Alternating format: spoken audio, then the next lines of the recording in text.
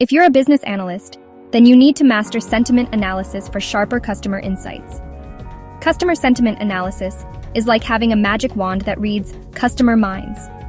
Today, we're diving into how you can build your own sentiment analysis model using Python. Ready? Let's crack this code. First up, what is customer sentiment analysis? It's all about analyzing customer reviews to figure out if they're positive, negative, or neutral. This is crucial for businesses to understand opinions, improve products, and enhance customer experience.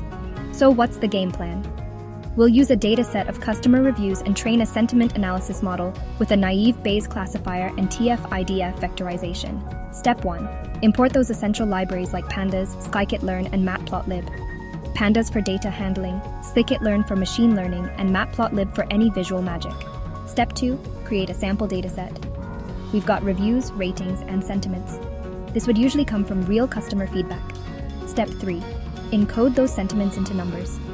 We're talking label encoder to convert positive and negative into something our model can munch on. Step 4. Train the model. Split your data, vectorize the text, and let the Naïve Bayes algorithm do its thing. Step 5. Predictions. Build a function to predict the sentiment of new reviews, and voila, instant insights. Why does this matter? Sentiment analysis helps businesses get the lowdown on customer opinions, improve product quality, and supercharge customer satisfaction. And that's a wrap. You've built a sentiment analysis model using Python. Give it a spin with real data and watch the insights roll in. Don't forget to like, subscribe, and stay tuned for more. Catch you in the next video.